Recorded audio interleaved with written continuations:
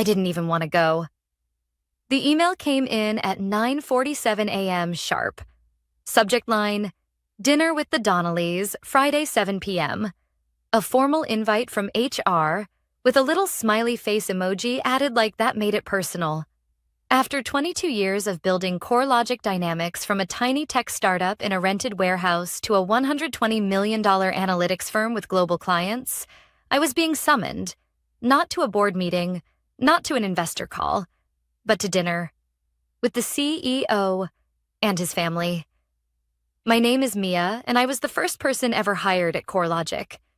I wasn't just part of the company. I was the company.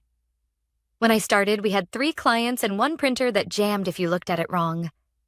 I built our client systems, managed vendor contracts, handled finances until we could afford a CFO, and pitched deals that kept the lights on. The founder, Doug Donnelly, used to call me the quiet engine. He said I kept things moving when everything else threatened to fall apart. But lately, I'd felt the shift. Doug had become more distant. My updates were skimmed rather than read. Our regular Monday meetings turned into bi-weekly calls that were sometimes rescheduled indefinitely. And then came the interns. Young, loud, buzzwords flying out of their mouths like confetti. I could feel the cold breeze coming before the window opened. So when I got the dinner invite, I knew. I just didn't know how cold that breeze was going to be. The restaurant was one of those swanky downtown rooftops with overpriced scallops and dramatic lighting. I wore a soft navy blouse and the pearl earrings my daughter gave me last Mother's Day. I looked respectable, executive, the way I always had. Doug was already there, standing beside a long white linen table with his wife, Patrice, and their daughter, Harper. She looked like she'd just walked off a runway. Blonde, polished, not a wrinkle in sight. In her linen pantsuit, she looked like the walking embodiment of LinkedIn CEO aesthetic. Mia, Doug beamed, arms open. So glad you could make it. Wouldn't miss it, I said, smiling as I slid into my seat across from him. My stomach coiled like rope. Dinner started off like any other executive gathering. Too much wine, too many compliments that meant too little. Harper asked about the company's early days, her tone light but condescending. It's so funny imagining you guys working out of like a garage or something, she said with a little giggle. I smiled. It wasn't funny at the time. Doug cleared his throat. Actually, Mia saved the company twice in the first 5 years. She brought in that defense contract that got us our first $1 million. Harper smirked. Well, every company needs its building blocks. I should have walked out then, but I stayed, because I wanted to see how far they'd go. Halfway through the main course, halibut over saffron rice, Doug folded his hands on the table like a man making a peace offering. Mia, we've been doing some long-term planning, he said slowly. You've been more than instrumental in getting CoreLogic where it is. Here it comes. But as we position the company for its next phase, we feel it's time to bring in a new generation. Fresh energy, new vision. I kept my expression neutral. Harper just finished her executive leadership program at Stanford. He added proudly, like I hadn't mentored 5 Ivy Leaguers already. She's got some amazing ideas about modernizing the brand, moving us into blockchain, AI. Impressive, I said calmly. What's the transition plan? He looked relieved. 6 weeks. She'll shadow you initially. We'll handle the formal announcement after the quarterly call. Of course, there's a generous package. We want you to feel appreciated. That's when Harper leaned forward, fork in hand, eyes glinting. Time to step aside, Granny, she said with a little smirk. Let us take it from here. The table went silent. Even Patrice's fork paused midair. I looked at her for a long moment, then I smiled. Completely understand. Because what they didn't know, what they never even thought to check, was that CoreLogic wasn't just a company I helped build. It was a company I owned. In a way they had forgotten. Doug had once given me 5% in equity when we couldn't afford a raise. I never sold it. and I'd been watching quietly ever since. They thought I'd forgotten. Doug gave me 5% of the company in 2003, 2 years after we'd started CoreLogic. We were nearly bankrupt. I had just pulled an all-nighter cleaning up a billing disaster that nearly lost us our biggest client. Doug walked into my office, red-eyed and anxious, and handed me a single-page agreement. "Mia," he'd said, "I can't pay you what you're worth right now, but if we make it through this, I want you to have a piece of it." At the time, I barely glanced at it. It felt like a thank you card more than a contract. I was exhausted, loyal, and stupidly hopeful. But years later, when we incorporated and brought in our first outside investor, I had a lawyer review everything I'd signed. That's when I found out. It wasn't symbolic. It was real equity. Voting rights. Ownership. I never brought it up. Never boasted. Never reminded Doug. I didn't need to. I was part of the fabric of the company, or so I believed. But over time, CoreLogic changed, and so did Doug. He stopped asking for input and started chasing buzzwords. Consultants came and went, but the ones who smiled at Harper's LinkedIn profile stayed longer. Suddenly, value wasn't measured in loyalty or results. It was measured in optics, and I didn't look the part anymore. The next Monday, I walked into work like nothing had happened, smiled at reception, took my usual black coffee from the machine that still hissed like a steam train, logged into my email. My access was untouched. For now, no official announcements. Just silence. Luis, our data engineer, stopped by my office with that cautious look he gets when something's off. "You okay?" he asked. I nodded. "Just a little dinner with the Donnellys." He winced. I heard. Word's starting to get around. People are confused. I met his eyes. "Let them wonder." I wasn't ready to show my hand. Not yet. Instead, I called up the shareholder portal and logged in. My 5% was still there, untouched. And with the new investors bringing fresh capital, that sliver of ownership had grown into something substantial. I downloaded everything: stock agreements, board voting history, executive pay packages. Then I requested a meeting with Doug's executive assistant. "I'd like 30 minutes with Doug. Private." She blinked, surprised, but nodded. "I'll see what I can do." When I stepped into Doug's office on Wednesday, he looked up with a wary smile. "Mia," he said, gesturing to the seat across from him. "How are things?" "Curious," I said, sitting down. "You didn't mention the equity I still hold." His smile froze, just slightly. "I assumed you'd cashed out by now." I didn't. I placed the printed shareholder agreement on his desk. "And unless I missed something, I still have voting rights." Doug folded his hands. "Mia, this doesn't need to get complicated. We're offering you a generous exit." "I'm not leaving yet," I said calmly. "I'll support the transition. I'll do it with grace. But if Harper plans to restructure the company, if she intends to bring in her own team or sell off assets, I want my say." He frowned. "You're holding on to something out of sentimentality." "No," I said. "I'm holding on to what I built." I left before he could respond. Let him stew in it. That evening, I pulled out a dusty file cabinet in my home office. Inside was everything from the early days: sketches of the original architecture, notes from client pitches, the very first UI mock-ups drawn on paper napkins. And then I found something I hadn't seen in years. An NDA signed by Doug in 2005, acknowledging that several proprietary tools I'd built for the company had originated from my previous consulting work. The kind of detail most people forget about. But I don't forget. The next day, I met with Melissa, an old friend and now a top-tier IP attorney. We had coffee at a quiet bistro 2 blocks from CoreLogic HQ. I laid it all out. "Can I protect this?" I asked.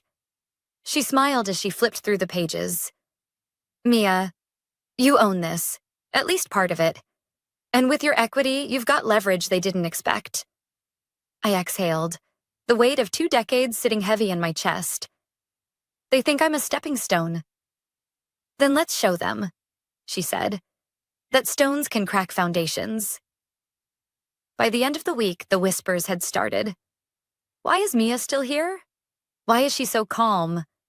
Why hasn't Harper taken over yet? I smiled as I passed them in the hall.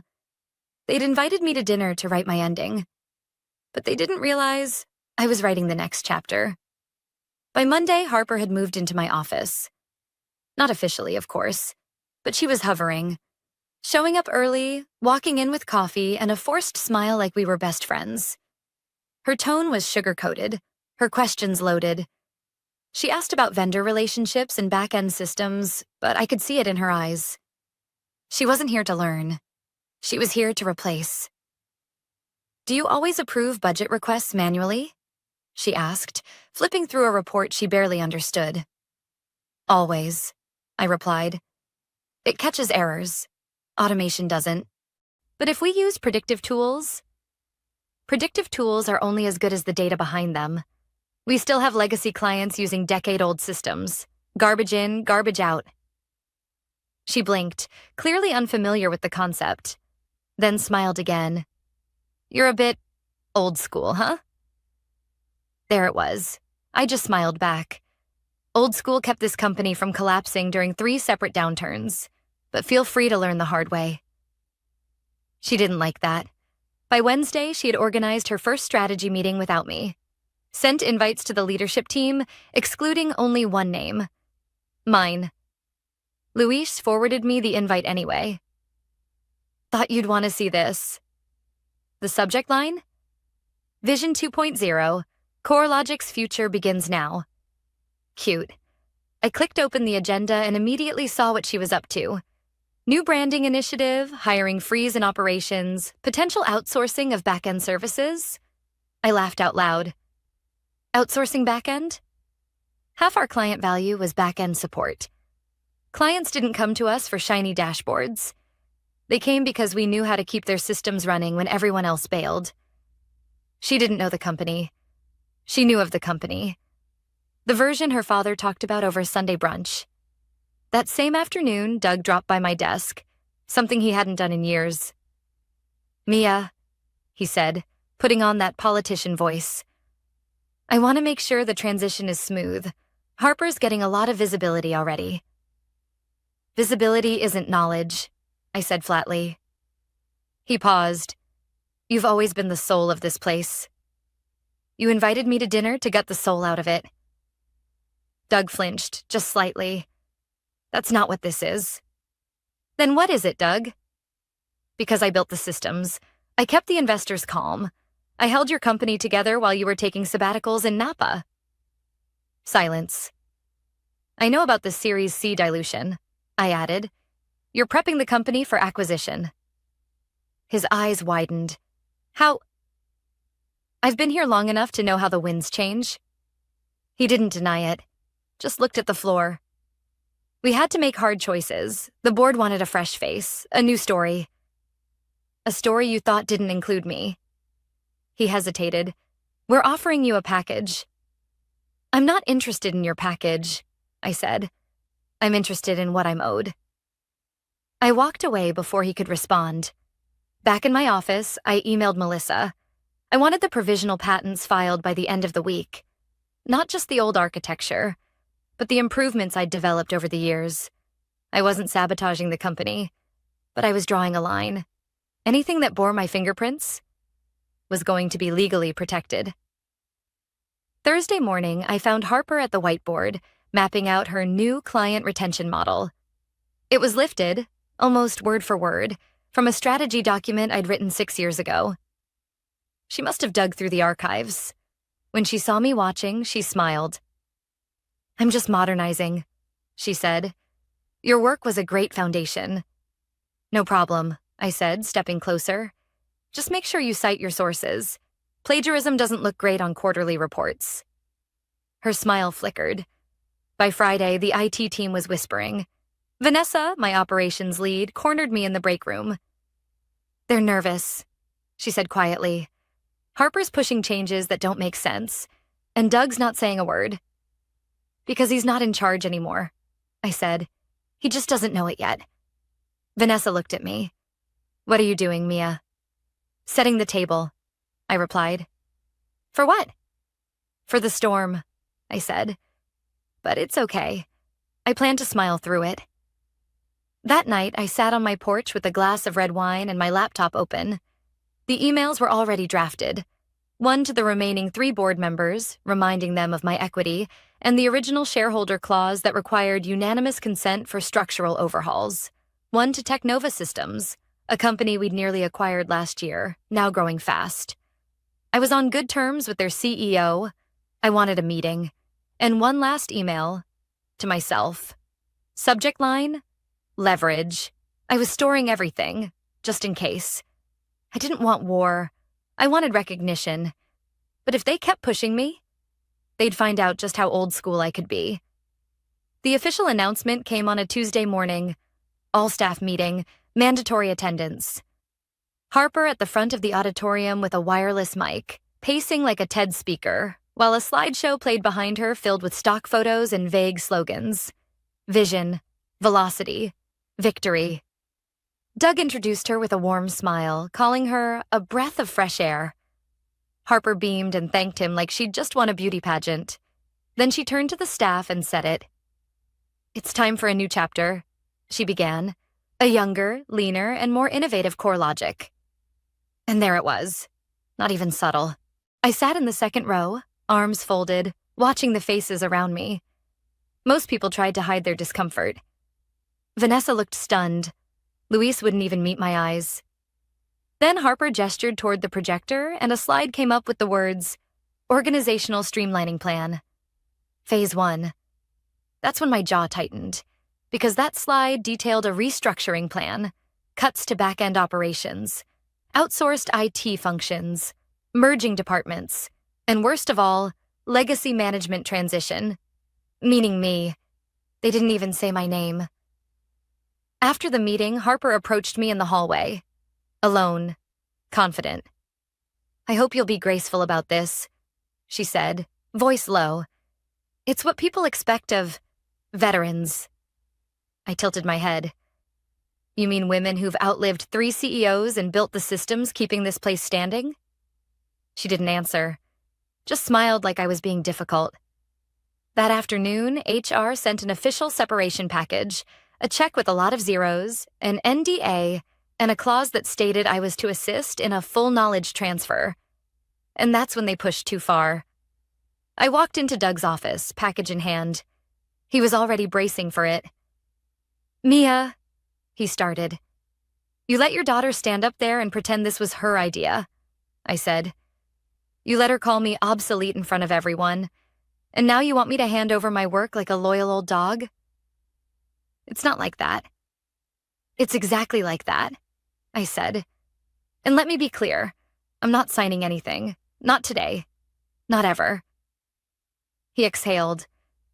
Then you're forcing us to terminate. You're forgetting something, I said, reaching into my bag. I still have my shareholder seat. You try to force me out without board approval, you'll be in breach of the original agreement.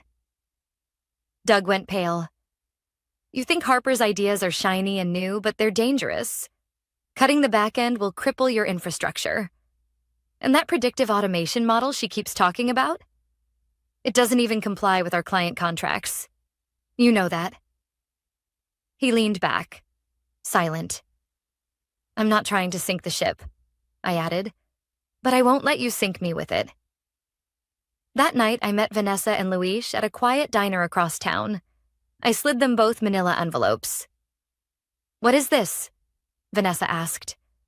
Proof, I said, that what we built isn't just lines of code. It's intellectual property. Documented, time-stamped, traceable. You're going to sue them? Luis asked. Not unless they make me, I said. But I want you both to be protected. Harper's already planning a second round of cuts. Vanessa nodded slowly. She's got the PR team working on the press release.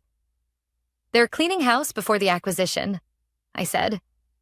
CoreLogic is being packaged, streamlined, turned into a shiny object. Luis looked up. Are you going to stop it? No, I said. I'm going to shape it. Over the next 3 days, I worked like a ghost. Quiet, unassuming, but precise. I met with Melissa again, filed a cease and desist letter regarding the reuse of proprietary modules in Harper's new systems. I sent a letter to the board, formal notice that I intended to vote against the restructuring unless a neutral third-party audit was completed, and I met with the CEO of Technova over lunch. Just a chat. But when I mentioned CoreLogic's shifting leadership, his eyebrows rose. "They're positioning for a sale," I said. He nodded slowly. "That would explain the talent reaching out to us." I smiled. "If you're interested, I can tell you which systems you'd want to protect, and who actually understands them."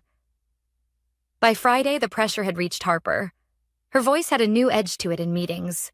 Her smiles were tighter. The confidence was cracking.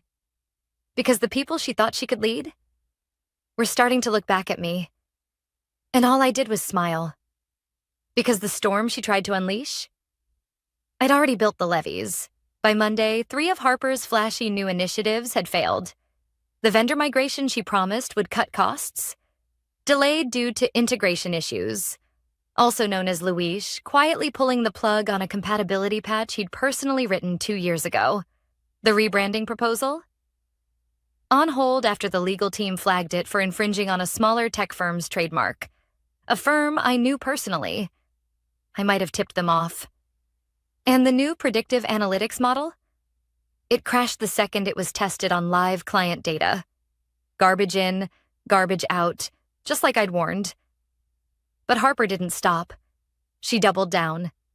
She called a meeting that afternoon, mandatory for all department heads. Her voice was clipped, fake smiling through her frustration. "We are going through growing pains," she said. "But I want to assure you, we are on the right path. Disruption is never comfortable." From the corner of the room, I raised an eyebrow. "Disruption works when there's a parachute. You've cut every safety net this company had." She smiled tightly. "Thank you for your feedback, Mia." Doug sat in silence. He wasn't even trying to hide anymore. Just a figurehead slumped in a chair, letting his daughter steer the ship toward an iceberg. After the meeting, Vanessa caught up with me. "3 of our longtime clients called today," she said, voice low. "They're nervous. One's threatening to walk if their service quality drops again." I nodded. "Let me guess. Harper hasn't returned their emails. She thinks they'll wait. They won't." I went home that night, opened my laptop, and wrote a 2-line email. To Daniel Rayner. Subject: Follow up from our lunch. If your board is serious, now is the time to move. Daniel Rayner was the CEO of Technova, and his board had been circling CoreLogic for months, waiting for the perfect moment to make a move. I wasn't going to sabotage anything, but I was going to hand them a mirror. Let them see what was happening behind the curtain. The next morning, I found Harper in my old office, feet up on the desk, tossing a stress ball between her hands. She didn't even look up when I knocked. "Can I help you?" she asked, like I was the intern. "I need a few minutes." She sighed. "Make it quick." I stepped inside, calm as ever. "You're losing the company." That got her attention. "I know you think people will follow you because you talk about innovation and branding, but this place wasn't built on slogans. It was built on trust, relationships, systems that actually work." She stood up, eyes narrowed. "Are you threatening me?" "No," I said. "I'm giving you a chance." "To what?" "To stop pretending you know what you're doing." She scoffed. "My father is being pushed to the sidelines by his own board?" I said. "You're a figurehead, just like he is now." She stared at me, the bravado cracking just a little. "You want to lead?" I added. "Fine, lead, but don't burn the foundation down just to prove you can light a match." She didn't respond. I didn't expect her to. Later that day, Doug requested a private meeting. No assistants, no Harper. He looked tired. Really tired. "Mia," he said, sitting down across from me. "What do you want?" I took a breath. "I want recognition, Not a payout, not a title. Recognition. He rubbed his face. The board is spooked. They've seen the instability. They know your name is still tied to every critical system. They should be spooked, I said. They handed a multi-million-dollar operation to someone who thinks legacy experience is a liability. And Technova? He asked quietly. I just smiled. I had lunch with Daniel. The offer's real, but I haven't decided yet. Doug looked at me, really looked at me, for the first time in months. You could walk away from all of this. I could, I said, but I won't. Because what I built matters, and if they want to keep using it, they're going to do it on my terms. That evening, I got a text from Vanessa. Client X just sent an official letter of concern to the board. Things are shifting. I replied with 2 words. Hold steady. Harper had the microphone, but I had the stage. And in just a few more moves, I'd be the one rewriting the script. The boardroom was full, not just physically, but viscerally.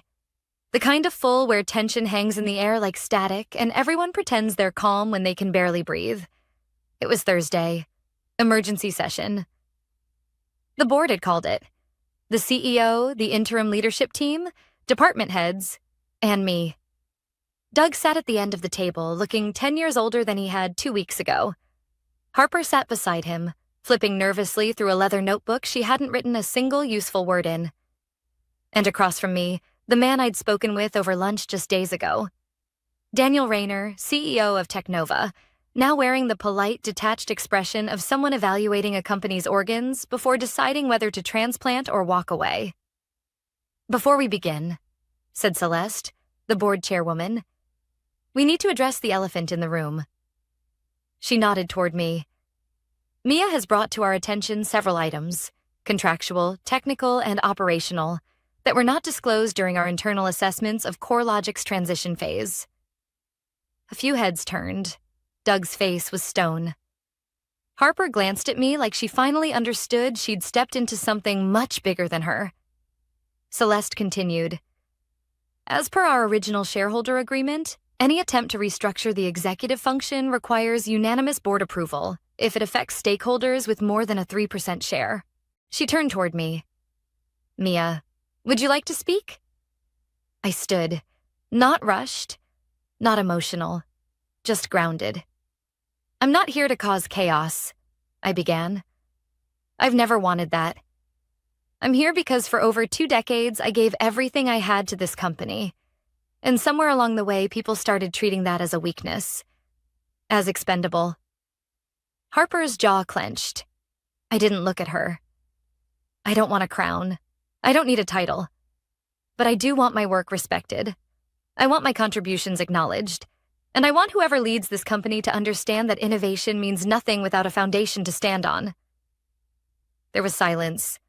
Then Daniel cleared his throat. We've been watching this closely, he said, gesturing around the room. And we've seen the fallout. 3 major clients have voiced concern. 2 have paused contract renewals. And based on internal reports, the systems that make CoreLogic valuable are not as autonomous as previously claimed. His gaze shifted toward Harper. She froze. He looked back at the board. Our offer still stands, but it's contingent on leadership stability. And frankly, we won't proceed if the current transition plan remains in place. Translation: Harper had to go. Doug opened his mouth, but Celeste held up a hand. Let's take a 10-minute recess. People rose, whispering among themselves as they filtered into the hallway. I stayed seated. So did Harper. She looked at me. Really looked at me. I didn't mean to destroy anything, she said, her voice small now. I met her eyes. You wanted to prove yourself, I get it. But you came in swinging without ever asking what we were swinging at. You treated people like obstacles. And you treated me like a footnote. She swallowed. What happens now? I leaned in slightly. That's not up to me anymore. That's the board's call. 10 minutes later, we returned. Celeste stood and delivered the verdict like a calm judge. Effective immediately, Harper Donnelly is relieved of all transition leadership duties. Doug will remain in an advisory role through the acquisition period. Mia Carter, she turned to me, will lead a transitional advisory team, reporting directly to the board and our prospective partners at Technova. I didn't smile. I just nodded. Later that week, I signed my consulting contract. 3 times my old salary, full autonomy, and authority over systems integration during the acquisition. Harper left quietly. No goodbye email, no farewell party. Doug shook my hand one last time in the lobby. "I'm sorry," he said softly. "I know," I replied. 2 months later, CoreLogic officially became part of Technova. Most of the staff stayed. I handpicked a new leadership team. Vanessa became director of operations. Luis took over engineering. Half the company now reported to people I'd personally trained. And I didn't move back into my old office. I worked from a small home setup overlooking the lake. Twice a week, I walked barefoot on the deck with my coffee, watching the sunrise while client dashboards loaded smoothly in the background. Systems I'd designed, still humming quietly beneath the surface. One evening, I got an email from Celeste. Subject: Legacy Mia. What you did, the way you handled it. We've never seen anything like it. You didn't just protect your legacy. You reminded everyone what real leadership looks like. I sat there a long time, staring at the screen. It wasn't about revenge. It wasn't about power. It was about value. Knowing it, owning it, and refusing to let anyone take it from you.